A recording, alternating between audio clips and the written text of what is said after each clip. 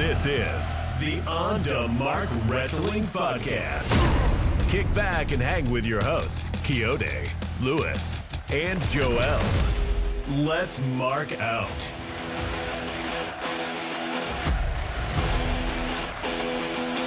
Episode 109 on the eve of Halloween, baby. On the eve of Halloween, we bringing you On the Mark Wrestling Podcast, episode 109. I'm with none other than Goofy and Jason Voorhees. What a mix! Like this is. We got the family friendly, and then you got the family friendly the and scary the slasher, villain. scary flick. Yeah, man, this is crazy. Well, I do have my we the ones. You know, there you go. I guess I could pretend I'm a bloodline member. You a oos. I'm an oos. I'm an honorary oos for the night. Fellas, welcome back to the show. We are back bringing you another episode, bringing you some wrestling topics, things that's happened in the industry, things that's happened on these TV shows that we got to talk about. And there's some things we got to talk about. Some stuff went down this past week. I kind of want to go right into let's go into some SmackDown news. Over on SmackDown, something interesting did happen on SmackDown. We had your girl Jade Cargill.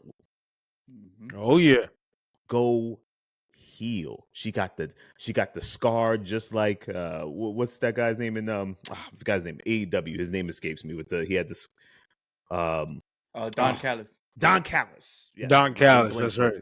Don Callis got the scar on his forehead. Now Jade got it on hers, and it looks prettier on Jade. It still looks great. But Jade goes heel and attacks Tiffany Stratton. Fellas, what do you think of this move? Is it a little bit too late for it? Where do you think this is going to go? Like, what's your thoughts, Joel? Jade Cargill goes heel. What you thinking, man? Man, I actually really liked it. I think she's been a little directionless since she's debuted. Well, she had like the moment with Bianca and Naomi for a while. Yeah. But ever since that, she's kind of just been, just hanging around. So I think this is good for her. I think it's a nice character change. I think she's a better heel. In AEW, she was a heel for her whole run. And she just seems like a heel. Like she's way bigger than any other woman on the roster. She seems like she should be booked like a monster heel that could destroy everybody. Now, you saying is it too late is actually very interesting because we have seen her lose a couple times in WWE now. So does it hit like it should have hit? Mm-hmm. I don't know. Like they might have waited a little too long to make her serious. And it's so funny. I'm over here talking about with this damn goofy but I think they might have waited a little too long. But I think they could still, clean it up and make her that strong heel, dominant, destroy the roster, and hopefully become that WWE Women's Champion on SmackDown. Because for a while, Tiffany Stratton, I don't know, she ain't hitting. I'm not really that big of a fan of Tiffany Stratton. She needs to win me over a little more.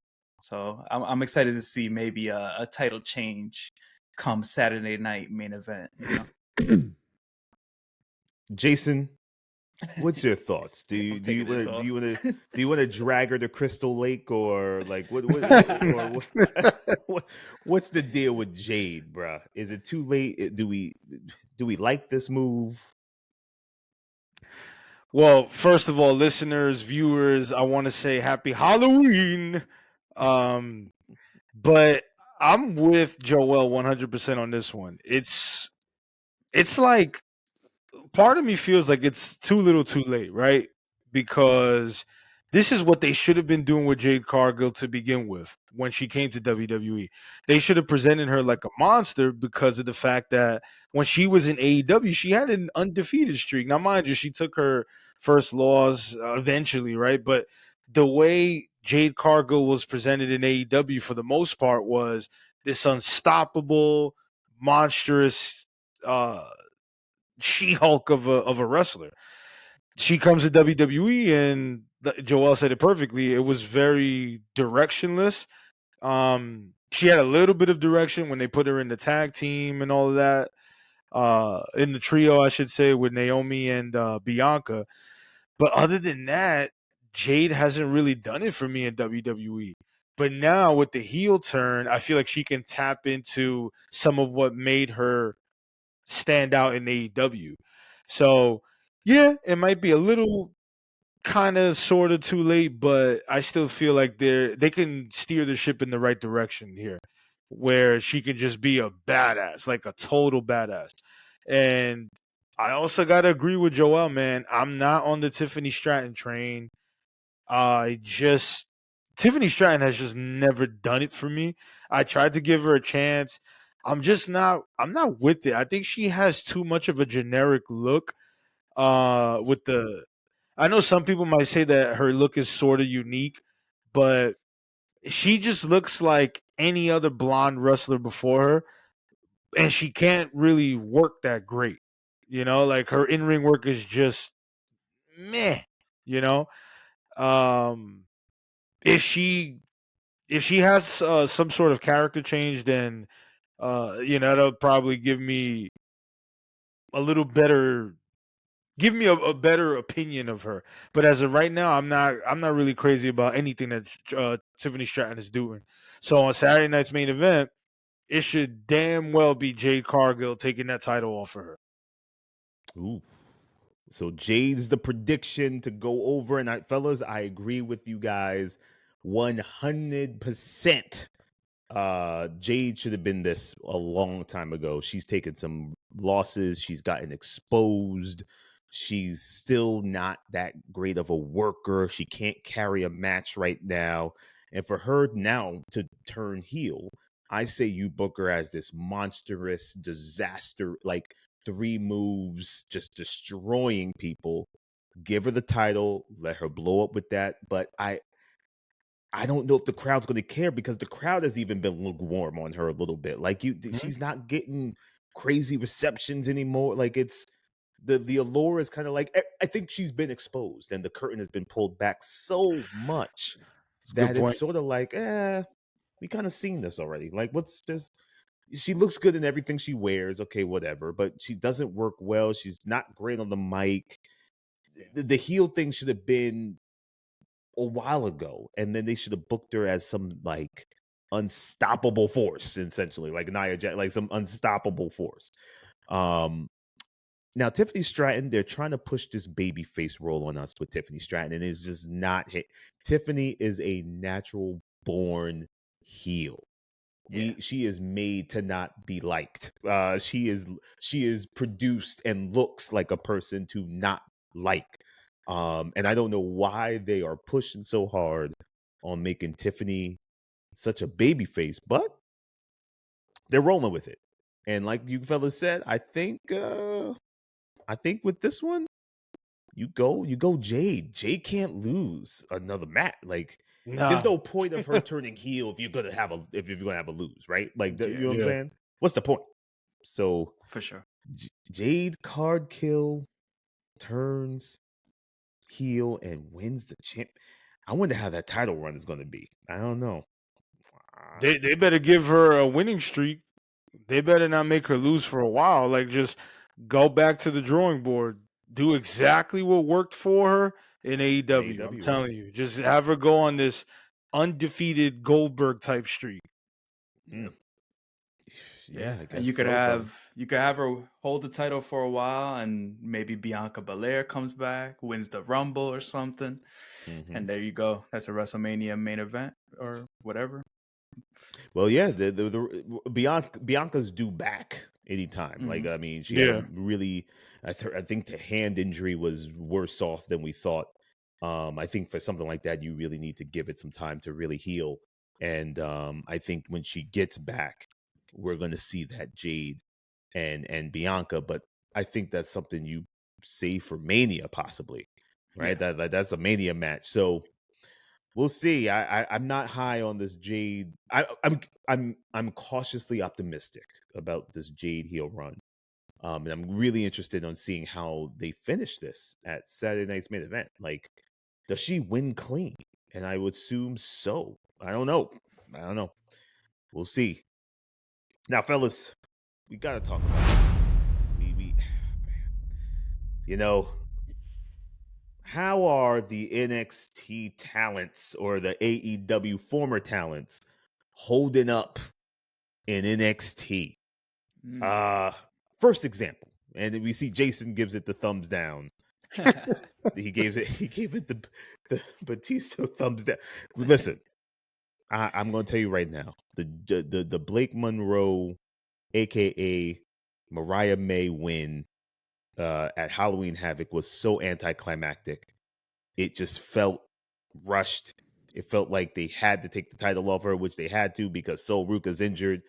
I would have done something totally different. I would have done like a three-way tournament or something a little more exciting that gives the stakes of Monroe really winning from some odds.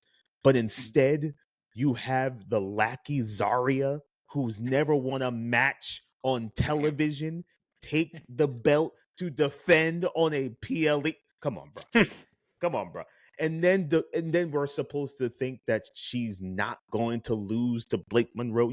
We thought that Zarya was actually going to win. It was just rushed. I didn't love it. I didn't love it. I'm curious to see what she does with it. But to be fair, guys, and to be honest, with Blake Monroe, I just kind of feel like it's been meh.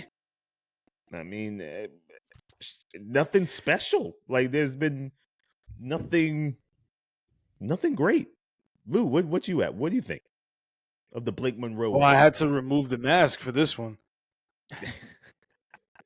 I think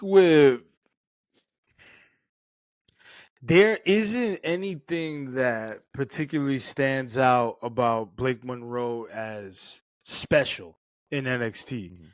I'm not getting that same aura and that same vibe that I got from when she was in AEW. Like you notice a pattern here on this episode, right? Let's give Tony Khan his flowers.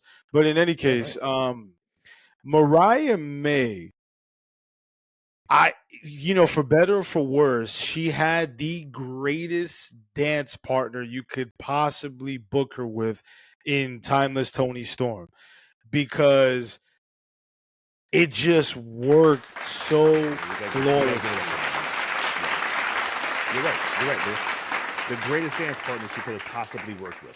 Yeah. Yes, and it worked so flawlessly, so seamlessly, because when she was AEW Women's Champion, her reign was, it was all right, but it didn't really pick up until Tony Storm made her return. You know what I'm saying? And then they resumed their feud. So I almost feel like Mariah May, as much potential as she had in AEW, and she was like this budding star and whatnot, I almost feel like she really did hit her ceiling during that time. Because what else can she offer here in NXT that's different or unique, presentation wise, in ring wise? Like, what else can she offer? Like, I don't even know what her character's supposed to be. You know what I mean? No idea. And if I'm going back to Tiffany Stratton a little bit, Blake Monroe has that Tiffany Stratton blondie look where like it just looks generic to me.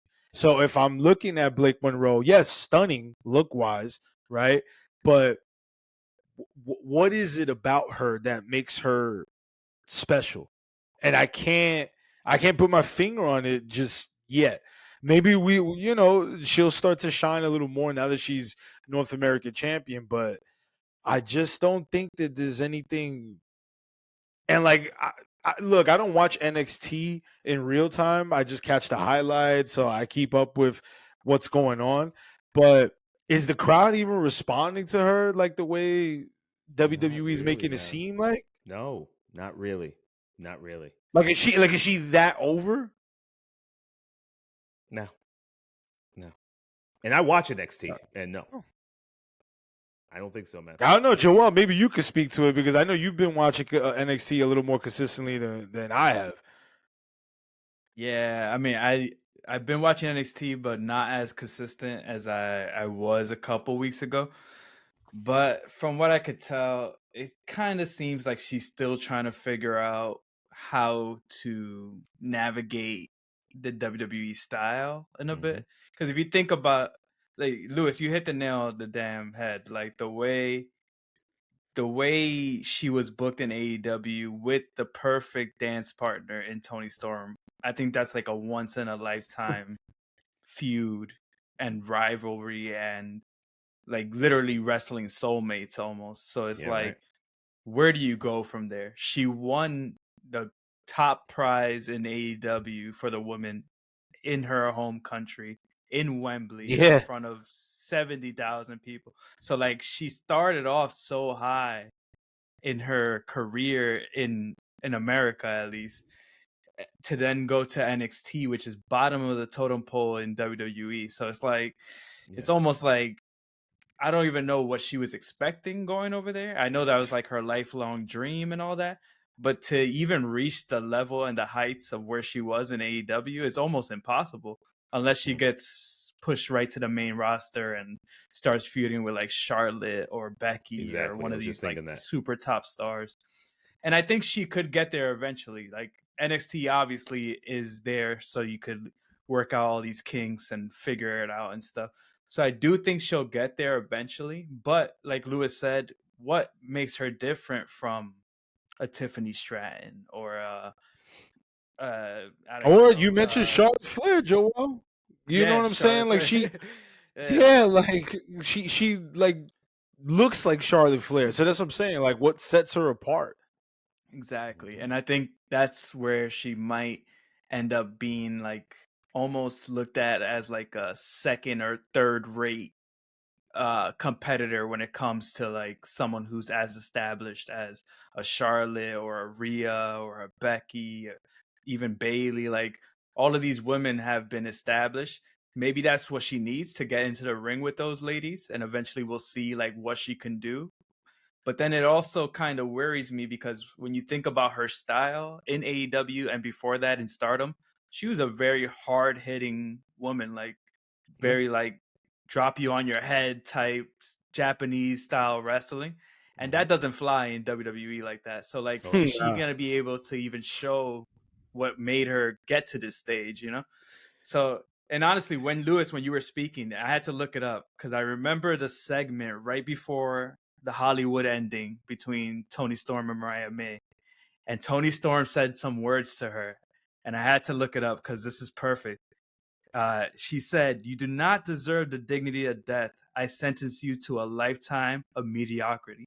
And isn't Oh that shit! so perfect for where she is now? Like, that Oof. is Tony Storm hit the damn nail on the head with that one. That's like It's Damn. literally That's What like a an prophecy. administrator find. Yeah, that's she's like an administrator sentenced him. find. That's a good one, Joel. I Damn. remember that segment. 'Cause I was like, "Damn!" And then after we heard the news of Mariah May jumping ship, I was like, "Oh, Tony Storm must have knew like ahead of Mm. time." So I know you're not gonna be here anymore. Go be mediocre in NXT. Because remember, Tony knows what's up in NXT. So Yeah, she knows exactly. all about the workings in Oh, NXT, that's true. who gets over, how they get over, whatever. So she knew she was calling it. I mean, listen, fellas, I don't know. It just it looks like this is gonna fizzle out. And the play here was for Mariah was that she'll go to WWE, become a big star, get on the national big stage, and at some point leave and become an actress. That's Yeah, her goal. yeah. Her goal That's is always not been to the be a end game. wrestler forever. This Mhm. is the door to get into the stages and the part, the everything, get movie parts, TV roles. This is what this is about, and she's going to do whatever WWE needs her to do until she gets there, because that's her ticket Hey, out. That's what this is all about. Less about the wrestling and more so about Yeah. plan B, C, and D after this, in my opinion. that is that's an Now, fellas, we interesting oh no, there you go. conversation. Yeah, no, that was just because I feel like Jade is almost in that same boat as well, right? Because we've I heard feel of Jade's in her that boat. Yep. ambitions of wanting to be an actress and doing Mhm. these things. So it's interesting. It's almost like you're sacrificing your creative integrity when you go to WWE in order to get that big paycheck at the end. So it's interesting to watch these careers and see who actually gets to that pot of gold at the end of the rainbow or whatever. Yeah. And honestly, I don't know who it's going to be because I don't know if anybody is on that level of, being seen as a next Rock, Cena, Batista. Like those three are the ones that really did it, right? And then you can go back as far as even Hogan being a guy who set the way for like TV deals and, getting national press outside of wrestling and all that stuff, right? It's been a lot of that. So, but this guy right here, man, Ricky Saints, the NXT champion, that match he had with and I like Trick Williams. I think he's got potential. He ain't there yet, but I think he's got potential. But that match he had with Trick on Halloween Havoc was, what's the word, fellas? Basura. That's what it was.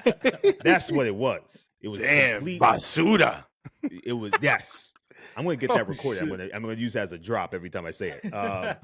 I thought that match, it was 15 so minutes, and it felt like they did nothing in that match. Like it was just trash. And the crowd was sort of like confused on who they should I root for this guy, Ricky? Should I root for Trick? It just, and then also, fellas, and I was listening, to some podcasts, and they were like, listen, there's only one audience. Let's not go crazy yet. But the audience wasn't too crazy for your boy Ricky. Like they weren't going bananas for Ricky. Like it wasn't like they came to see Ricky. You know what I'm saying? Like it just it didn't feel big. And Ricky in that match, fellas, still felt green as hell, like Lucky Charms leprechaun green, like that shade. You know what I'm saying? Like it was green, bruh. What's your thoughts on Ricky, man? Is there, to me, if he goes to the main roster, we will never see him again. He will be in backstage segments in the background, like behind me. He'll be back there, just kind of hanging out and. While other people are doing promos. That's what's going to happen. What's your thoughts, Phil? Ricky, can't you see? Ricky Saints is an interesting one because I liked him in AEW, but unfortunately, for one reason or another, he wasn't booked that frequently at a certain point. And it got to the point where he was off TV for like almost a year or some shit like that. I think he's got upside, but when we spoke, the three of us earlier in the week, one of us had mentioned that when he cuts a promo, he comes across like he's trying too hard to remember his lines. And he flubs his words a little bit because he gets caught up in the excitement and the emotion of the promo. And as good as that press conference, or what was it, the contract signing that was leading up to their match with Trick Williams, as good as entertaining as that was, when I'm looking at Ricky Saints talk in that promo, it encapsulates every criticism that I have of him when it comes to his character. His character he just kind of seems like he's forcing the audience to think that he's cool when he doesn't come across that cool. I think he thinks he's cooler than what he actually is. I think he thinks he's like the second coming of The Rock, and he's not. You know what I'm saying? First of all, he doesn't even have the body type. You know what I'm saying? Down a peg. He ain't The Rock. He ain't The Rock. No. I mean, nobody's The Rock, but you get what I'm saying, though. Like, there's people that can actually come close to that level of charisma. But Ricky, to me, doesn't have that. Like, he's a good talent. Don't get me wrong, but it's like what you said, Kayode. You put him on the main roster. Right. I always put it like this: he's done. If you put someone on the main roster how are you booking them in the Royal Rumble match? Because for me, the Royal Rumble match is the ultimate gauge of how fans can perceive the people that they're watching on TV. So if it's someone who gets eliminated within the first third of the entrance, that just goes to show you how management views them. If it's someone who's in the bottom 6, like the final 6, final 4, then the fans are gonna be like, all right, this guy's pretty tough, or this gal is pretty tough. Like they lasted like 25 minutes, 30 minutes, or whatever the case may be. So you bring Ricky into the main roster. How are you booking him in the Royal Rumble? Because for me, he ain't there. And we can give it more time in NXT because things can happen, right? So if they're gonna ride this Ricky Saints wave, let's just give it some time. But just saying, if he were to debut on the main roster 2-3 months from now, I don't know, man. I don't think he exudes that much cool like he thinks he does. You're right, Lou. He isn't that cool, but he tries to come off that cool. And I'm not trying to trash Ricky. I want him to do well. Right. I want right. let me be clear. I want him to succeed. Don't get me wrong. I'm just giving some criticisms, but I want him to do well. What you think, Joe? Yeah, man. I think I'm in a similar boat. Like I really liked Ricky Starks in AEW. He wasn't booked great, but whenever he was on TV, I feel like he made the most out of the time he was given. And I think he had some really good matches in AEW as well, like his match with Danielson. He had like the strap match, I think. He had a really good match with MJF at one point. I know he could go in the ring, but I totally get where you guys are coming from when it's almost like I feel like he's almost miscast as a character. Like I think he needs to be a heel and slowly become a cool babyface. I think they messed up by flipping it and being babyface first. We could have gone the Rock way. If he wants to be Rock Jr. or whatever, he should have been Rock Jr. He should have been the heel that's so cool that we start cheering him. Yeah. But instead he's trying to be the babyface that's so cool and it's not coming off right. It ain't cool. And I think it's also one of those things where like he's not an NXT born and bred guy. So the crowd, especially the NXT crowd, when they tape their weekly stuff in the same place every single week, they have their favorites. So you put him up against someone like Trick Williams, even though Trick Williams is a heel right now. Yeah. He is a crowd favorite in that crowd just because he has the cool entrance music, whoop that trick, cool chant, all that. So it's almost like they're doing him a disservice by putting him against someone like Trick Williams. So I don't know what they're doing with him. I do have faith in Ricky Saints. I think he could one day be, I don't know if I could, on the main roster, maybe like U.S. champion, maybe. Yep. Maybe. But I don't know, because it's all, like you said, Lou, like there's the Royal Rumble test, which I'm going to start using that. I like that. And then I think, I'm telling you, man. And then I think the other test that I've heard people talk about is like, how does this guy look next to Randy Orton? And if you put Ricky Saints right here, the way he is right now next to Randy Orton, he's going to look like a child. I'm sorry. Yeah, he's going to look like a little kid. So like, how do Orton like test. Yeah, so like I don't know how far he could get in WWE, but I do have faith that if they pivot and maybe make him a heel and kind of work his way, because that's another thing when it comes to his promos, it's almost like he's so passionate that he forgets that he has to also put his opponent over. Sometimes he'll be so passionate and he's so ready to hit you with like a zinger and talk smack to you that he's like, it's almost like he's disrespecting his opponent to the point where it's like, you're taking it a little too far. And this happened in AEW too, when he had that promo with Copeland.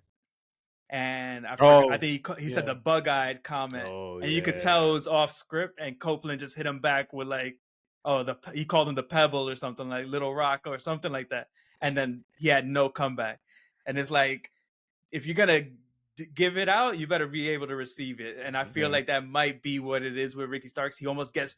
It's almost like when it's like when you're a kid and you're like in a fight and like the person in the fight starts crying because they're so passionate. They start crying. That's what Ricky Starks reminds me. He's like he gets so passionate that you could almost see the tears coming out. Like, I'm gonna be so angry, and it's like, all right, relax, calm down, bro. so I'm hoping that we could get to the point where they pivot with his character and give him something that he could really sink his teeth into, and just not be the pretty Ricky suave guy. Because it's, first of all, bro, you're not that young anymore, so you can't really live off of that forever. True. So then you kind of got to start seeing the other layers of Ricky Saints. I want to see him become maybe methodical, maybe like so all of a sudden he's like taking people out backstage, maybe give him a faction or something. Like, let's see what else he could do, and then maybe we could see where he could fit in the main roster. But right now, I don't see a spot for him, unfortunately. Well, he should also work on his physique. Pretty Ricky. Yeah, he's got to work on the physique a little bit. Yeah, and I'm not saying that to be funny, but like, I would hate for him to fall into the Adam Cole category, where Adam Cole is a terrific worker, just all around star. But the one thing that's always held Adam Cole back was his physique. Like, he just looks like a high school kid. Not even, there's high school kids that look bigger than him. So Ricky Starks is almost in that same boat, man. Like, when I look at him in the ring, he does not have an intimidating presence. Yeah, it's not impressive. And I'm not saying that every wrestler has to have an intimidating presence, but you also have to be believable in that sense to a degree, right? Because you're competing for a championship, or you're competing to be a top dog. But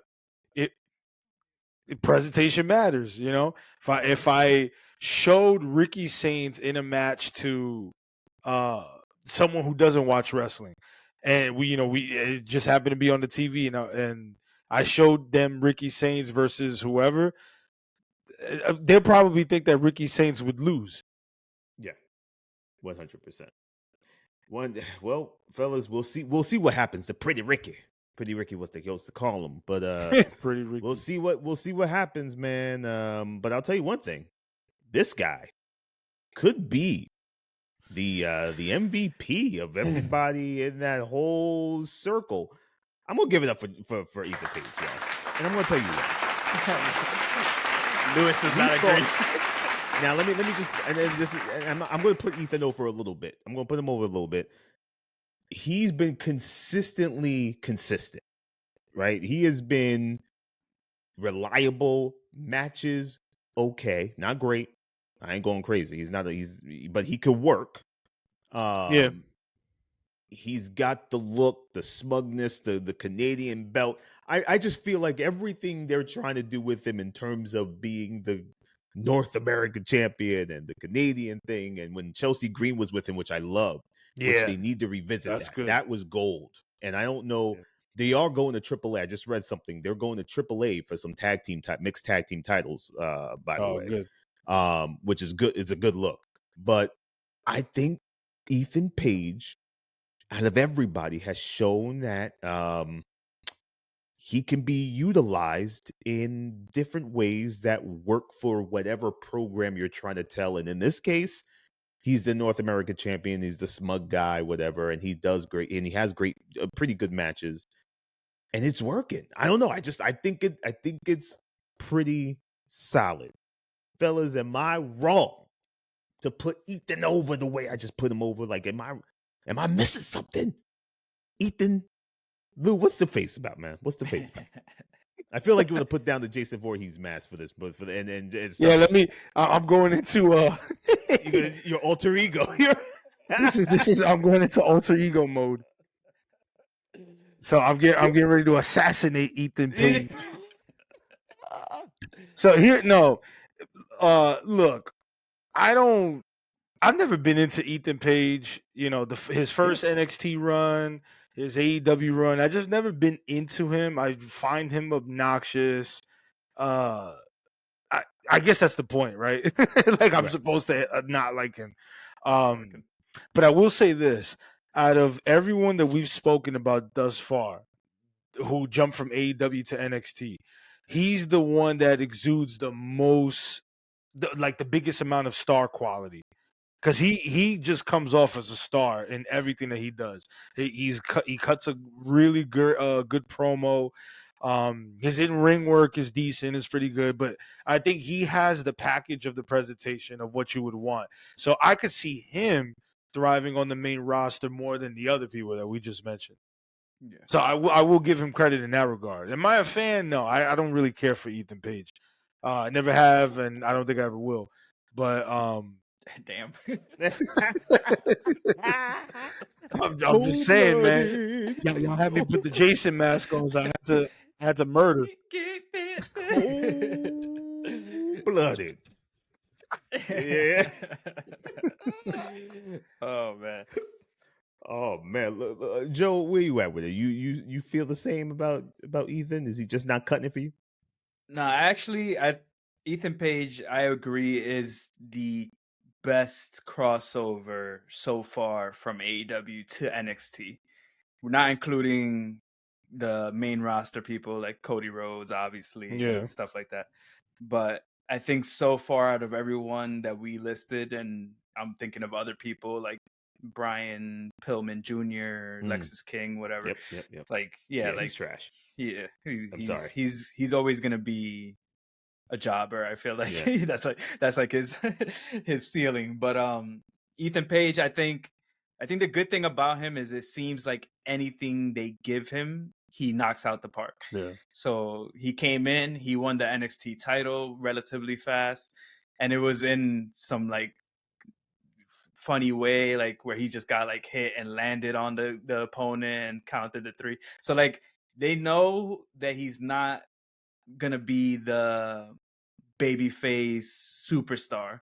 They kind of put him in that position of like, we know you're an egotistical asshole. You're really good at being an egotistical asshole. And every time we give you something, you knock it out the park. So the whole thing with him making the North American belt into like the Canadian championship Right. is easy.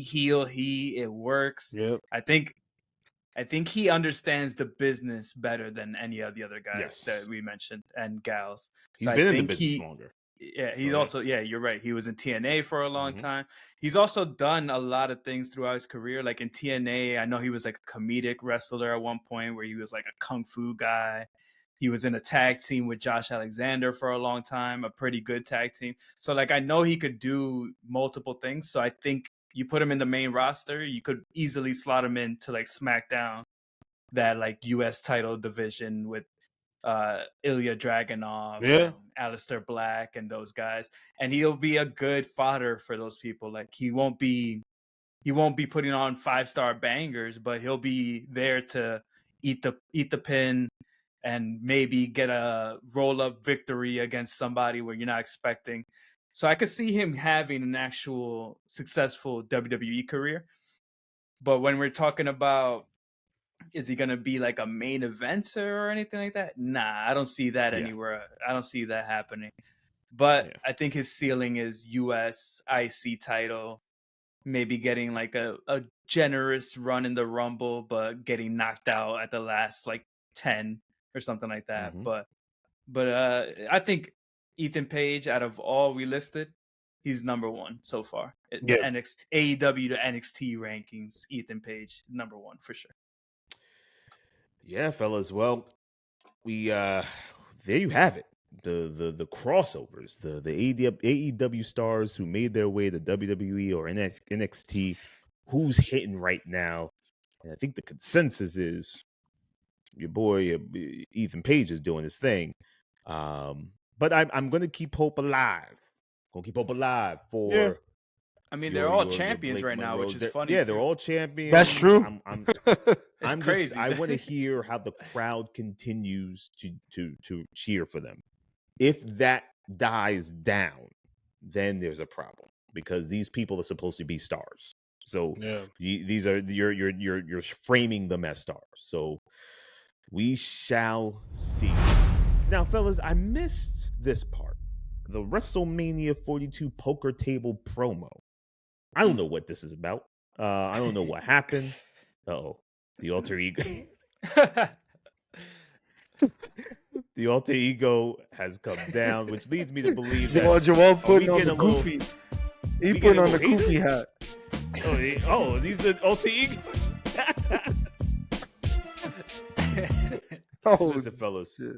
what is this 42 promo table shenanigans? Because your boy was on an ayahuasca trip. I was not there, so I was on Planet Zork. So please explain what happened. It was like Go ahead. I Go mean, ahead, it Lou. was just it was a bunch of teasers over the past week or so. Footsteps, people in suits, poker chips, whatever. So it was like, let the speculation begin, right? What is this a teaser for? Lord. Is someone returning? Are they teasing an incoming faction? Like, it was just, the speculation was running wild. And then it got to the point where the more footsteps that they teased, the more it became clear, like, oh, this is probably going to be a promotional video for WrestleMania 42. And lo and behold, that's exactly what it was. It featured Cody Rhodes, CM Punk, Roman Reigns, Brock Lesnar. So Brock Lesnar, I think, on a side note, I think it's safe to say that his name is cleared because like they're featuring him in a pretty big promotional item for their biggest event of the year. So I think it's safe to say that he might be cleared. But in any case, yeah, when WWE does bullshit like this, like why did you have to provide the audience with teasers? And you know what? To add what is it, insult to injury, it was a promotional ad, if you will, for the combo 2-day ticket sales. Of course it was. Like, you're already charging an arm and a leg for these tickets, but so you're hyping us up for what? Like, who is this geared towards? It ain't the casual fan, because we can't afford to go. Yeah, It was stupidity. It's like I would rather them just have put it out, like just release it, versus building it up like it's like, oh my gosh, like dropping all these clues, and then that's what we get. Like, come on. So it's so corporate. It reeks of TKO. It sucks. Is what it does. It sucks. Joel, what's your thoughts, man? Jason has spoken. yeah, man. It's very like interesting to understand or try to understand their strategy behind this, because like they were teasing it the way they tease a new wrestler, like literally during the shows. I think the first one aired during NXT, then you had it during Raw, you had it during SmackDown. Like, you had these little teasers of just footsteps, people walking into the frame. So everybody online, obviously, because we're wrestling fans, we love this shit. We love the crypticness. We want to find out. Everyone wants to figure out the mystery. So people start running wild. People start saying, oh, maybe it's Tony D'Angelo and the family. Maybe it's Santos Escobar coming back. Jericho. Maybe Jericho even. Yeah. So people started going crazy. We all got a little too excited. And then it ended up being just a WrestleMania 42 promo. And honestly, I think it shows two things. It shows they must be having issues selling tickets, because why are they doing a WrestleMania 42 promotion 7 months in advance? Like, that's months. unheard of. That's true. We never get a promotion for WrestleMania before the Rumble. Like, that's crazy. Right. So it's not even WrestleMania season, or like as they like to say. So they're definitely either having trouble selling tickets, or they kind of just lost the plot with this, in my opinion. Because like Lewis said, who is this for? Because if I'm a wrestling fan, I'm already watching wrestling. I already know WrestleMania is coming up. I already probably decided if I'm going to WrestleMania or not by now. So it must not be for the regular wrestling fans. And then if it's someone, maybe it's for your new ESPN audience, you're trying to like sell tickets that way. That's a terrible way to sell tickets because you're not telling me what the hell WrestleMania is. Let's say I'm someone who's never watched wrestling ever. And there's people out there who's never watched wrestling. Why are you showing 4 wrestlers coming to a poker table? Nobody getting physical, no physicality, no actual in-ring action, nothing. What? It looks like a poker game. It looks like a poker game in Vegas. That's what it looks like. If I'm in Vegas and I see a poster that is literally 4 guys standing around a poker table, I'm gonna think that's a poster for a poker game because it's Vegas. Like it's terrible promotion. I don't know if they just like it seems like it's something that came from TKO. It seems like some TKO shit where they just like, we need to sell tickets. We got to do this. And it's just, it almost seems like smug in a sense. Like, yeah, we're not going to lower these prices, but we need y'all to buy this shit. So y'all better start buying this shit. Cause like, I don't understand it. You got Triple H in the center of it, making sure that he's front and center. It's the new Dana White. Yeah, exactly. That's exactly what it reminds me of. It reminds me of Dana White always being in the sauce, not giving any shine to the fighters. You got, like you always mentioned, you dancing got Brock in the video. Yeah, you got Diddy over here dancing in the video. Yeah. But yeah, you got Brock Lesnar, you got Roman Reigns, you got Cody Rhodes, and you got CM Punk. And they all look old as hell. They look washed as hell. Like, I'm sorry. They definitely use some like AI tuning or something because Brock Lesnar's face looks like it's melting off. I don't know what's going on in that. When you get a chance, Kayode, watch this promo video. Now I gotta watch this. Yeah, because I'm like, what are they doing, man? Like, if I'm a casual person who's like, oh, let me tune into WrestleMania. I haven't seen wrestling in a while. I'm like, who the fuck are these old guys all dressed up in regular casual clothes? No, I can't tell who's who. I can't tell who's the champion. I can't tell who's the top star. It's just a bunch of random dudes that are all old and washed sitting around a poker table. Damn. I don't know, man. It wasn't for me. It wasn't for me at all. I think they messed up by teasing it. Like Lewis said, just drop it. We all know when WrestleMania is. We're all wrestling fans. Like, I don't know. It's stupid. Jeez. Well, yeah, that's exactly what was stupid. And you brought up a good point, Joel.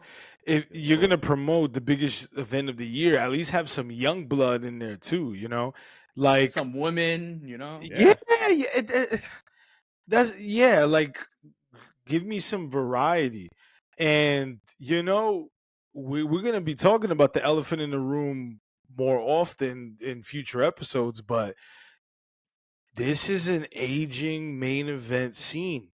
Like these guys they're getting up there, man. Punk was already looking old, but you know, Lesnar is another one. He's up there. Cody is getting up there in age. Roman is getting up there in age. Like, they gotta start. They gotta start making. I know. I get that they are marquee faces for the company, but yeah, I think it's about time you start focusing on those guys who are 30 or younger. Because that's the future. I agree. Well, now I gotta make this appointment viewing. I see. Was this on Raw? I'm assuming. You can YouTube it. Just YouTube. I think the final reveal for it was on Raw or whatever. Yeah, it's pretty short. You know, it's what you would expect from like a WWE promo video. Like, purchase the 2-day combo tickets now. Yeah.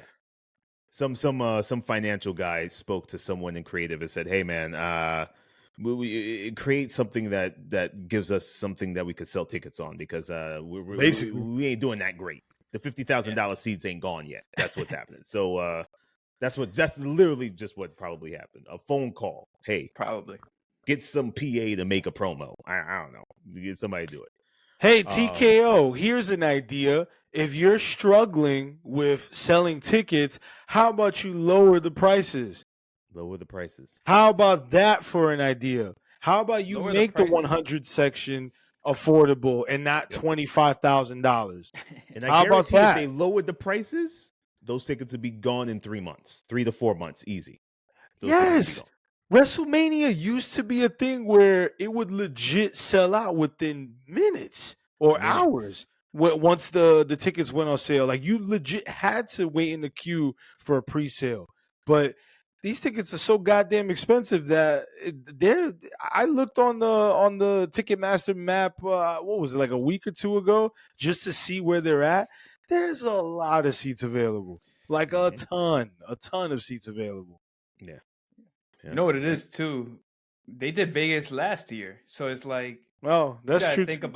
You got to think about all, because there's people that go to every single WrestleMania, right? Like there's like those super fans that they like the aspect of traveling somewhere new, seeing something. So I'm sure a lot of those people are like, I went last year, I'm not gonna go this year. Yeah, So you're what's the losing point? probably maybe a good percentage of your audience that's just like, Vegas was cool, wasn't as great as I thought it would be, so I'm not gonna go this year.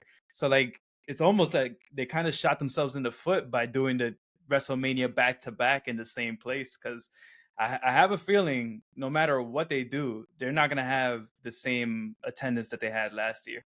Mhm. So we'll wait and see. We'll see what big marquee matchups they put. But if you're telling me right now with this promo package that Brock Lesnar is gonna be in one of your main events, Roman Reigns, Cody Rhodes, people that we've seen before, I don't have any like I'm not willing to go out of my way and pay for a ticket to see these guys who I've seen in the main event plenty of times, you know? So I don't know. I think the only one who can, and of course I'm gonna say it because he's my guy, but I think the one person who could probably push the needle with some tickets is the great one, the final boss. Maybe. Well, I mean, Only if he Rock came is doing back. his thing, and he's really serious about this Oscar campaign and whatnot. So, I don't even think wrestling is a priority right now for the Rock. No, So, but I'm just definitely saying, like, if there were a star of yesteryear, it would be him that could potentially put, because you can't use anybody else from the Attitude Era. That well is dried up already. It really is. Like who can you use from 25 to 30 years ago? You The can't Rock would use have anybody to be else. involved though. Like I don't want to see him hosting. I don't want to see him doing Right. backstage he's got to be in a serious program that got the people like, okay, I got to be in attendance for this. Like it's got to be something crazy and something hot. Like he can't. No one. I don't care if he's coming to host. I don't want to see that. You're the final boss. Nobody now. wants to see Show that. me some. Yeah, show me some final boss stuff, and maybe I'll buy a ticket. Like that sort of thing. Yeah, that brings up a good point too, Luke, because you mentioned the Attitude Era well being dried up, and I'm wondering now, is that why Triple H is so front and center in all of these things? Like, are they trying to like reach that nostalgia old fan and be like, oh look, Triple H is still involved? But at the same time, how do you guys feel? And I'll put this question out there and then we can move on. But how do we feel as a collective of Triple H being so heavily involved as like face of the company in the poster when he's not an actual on-screen character? Right? Like, isn't that weird? Like, we've never really had that in WWE. Like, I think about Vince. Vince was on a lot of posters. Vince made himself champion. Vince booked himself to be God, basically. But he was a character. Yeah, Triple H is literally the COO or whatever. So, like, it's a little weird. Like it is weird. Like we don't see an NBA poster with Adam Silver, you know, like it's very, or an NFL poster with Roger Goodell. Like we don't see that, but like it's very weird that Triple H is front and center. He's always talking throughout these promotional videos. It's almost like either be a character, be a heel, so that you could have like that type of like authority battle, or just don't even put yourself out there, just be in the back.